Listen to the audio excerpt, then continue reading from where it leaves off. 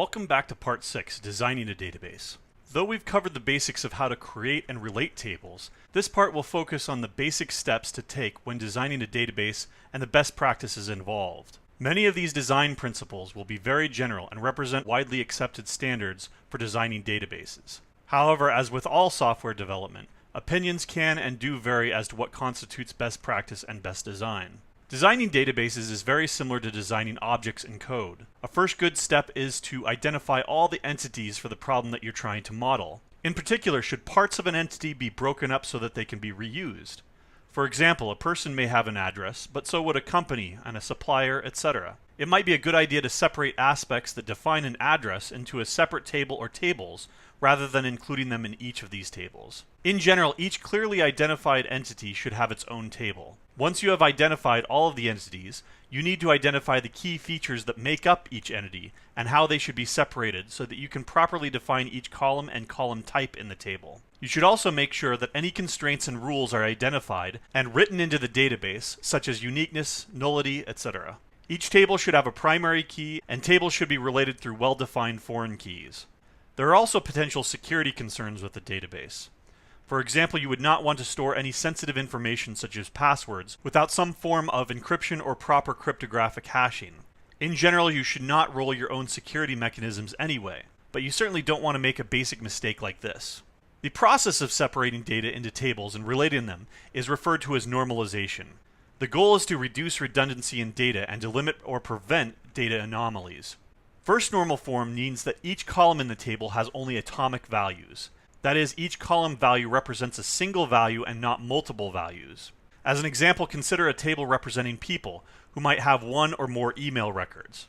One solution would be to store all the email records as a comma-separated value in a single varchar field. This would require the application to process this string and split it to get each individual email record. Clearly, this is a violation of first normal form, as the column represents multiple values. Equivalently, giving the person table a fixed number of email columns, such as email 1, email 2, etc., would be a violation of first normal form. Some of the records would not end up being used at all, and other records would be limited. We wouldn't be able to handle records that have more than 3 emails, for example. The proper thing to do would be to separate these out into another email table and to define a one-to-many relationship between the person table and an email table. Second normal form requires that the database first conform to first normal form, and in addition, that no attribute is dependent on a proper subset of non-prime attributes. This is mostly relevant for tables that have a composite primary key. That is, a primary key that is a combination of 2 or more columns. For example, if a table stored a customer ID and store ID as a composite primary key, and then also stored a store location field, it would be a violation of second normal form. The store location is only dependent on the store ID and not the customer ID. Second normal form requires us to split data out into another table. If you follow our advice and create each table with an auto-generated primary key, then you essentially get second normal form for free. Third normal form requires that the database be in second normal form, and thus first normal form as well, and that no non-prime column is transitively dependent on any other non-primary column. For example, in an order table, if we were to store a price per unit, quantity, and total columns, this would be a violation of third normal form. The total would be dependent on the price per unit and quantity columns, and thus should be computed from these values and not actually stored in the database. If we did use such a design, it would be susceptible to data anomalies. For example, if we changed the price per unit, but we failed to change the total. Another example would be if we stored a customer's name in the order table. The order ID is presumably the primary key, while the customer ID is a foreign key to a customer table. The proper location for the customer's name would be in the customer table. Storing it in the order table would be redundant or would end up mislocating the data entirely. The bottom line is that normalization is common sense. A properly designed database will naturally be normalized. The 3 normal forms are often described as every non-key attribute must provide a fact about the key, the whole key, and nothing but the key, so help me COD. COD being a reference to Edgar Cod, the inventor of the relational model. And now for some best practices. First, you want to make sure that every table has a primary key. It's good practice to let the database do its job and auto-generate your keys for you. Primary keys should be integers and not strings or floating point numbers. They should not be floating point numbers because of all the problems that come with the loss of precision when using them. Varchars should not be used because matching becomes a string comparison, which is generally less efficient than integer equality testing. Moreover, you have case sensitivity and character set issues that may cause problems. Primary keys should also not be based on external identifiers, unique or otherwise, such as social security numbers, ISBNs, etc. Your database has no control over the uniqueness or validity of these external identifiers, and so should not use them for data integrity or identity. Imagine that you designed a database that used a social security number as an identifier, and consequently as a foreign key in a number of tables. Now imagine that a record is inserted using an erroneous social security number. That error has now permeated throughout several tables. Fixing the error now involves a lot of changes to several tables. Certainly we might want to store the value and place a uniqueness constraint on it, but we don't want it determining the structure of our database. If it's stored in one column in one table, then the fix becomes very easy. Finally, you should be consistent about the naming of your keys, such as using the convention table name followed by an ID. It's a good idea to use the table name to disambiguate keys in a complex query with several joins. It also eliminates the guesswork of what the primary key of a particular table is. In fact, you should use consistent naming conventions in all of your tables and columns, just as you would with any programming language.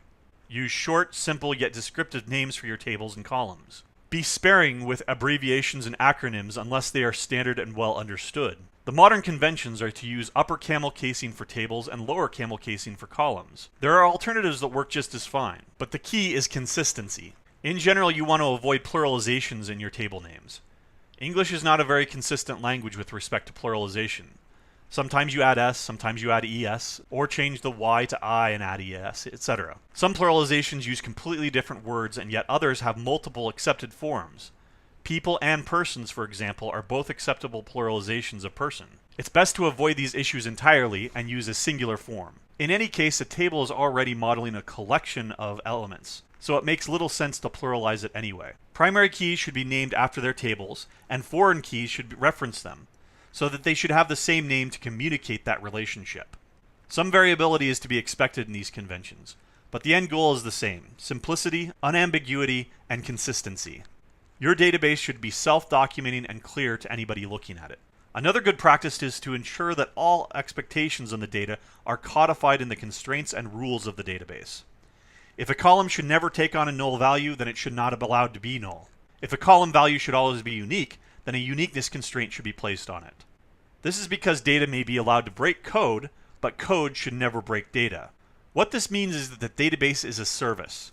Several applications written in completely different languages by completely different people may be accessing the same database. If one application is allowed to write bad data to the database, it potentially breaks the expectations and functionality of other applications that use that database. This should not happen. You should do everything possible at the database level to ensure that the code does not break the data. It is perfectly acceptable to allow a poorly coded application to break, say by not allowing it to write bad data, if it doesn't conform to the rules of the database. The database is your last line of defense against bad code. Similarly, you should not allow too much business logic in your database. Though databases do offer programming functionality such as triggers, cascades, stored procedures, etc., they should be used sparingly, if at all. RDBMSs are for the management and storage of data, not application logic. There should be a clear demarcation of responsibility between your database layer and your so-called middle tier layer, where your application logic is supposed to take place. Database administrators should not have to be application programmers and vice versa. Another common trick is to use what are called soft deletes. When you execute a delete command, records are completely removed from the database, which is referred to as a hard delete. You may not want the data to be permanently deleted from the database, especially if you have regulations or requirements for auditing data. Instead, you can design tables to have an active column that acts as a flag to indicate that the record is active or inactive. Then deleting a record means that you set this flag to inactive. The application is responsible for distinguishing between active and inactive records, or softly deleted records. This does require extra care in programming, but provides a useful feature. If someone accidentally deletes a record, it can be easily restored with the flip of a column value. This can potentially save a lot of time, money, and other resources. In the next part, we'll bring these principles together to design a database from scratch.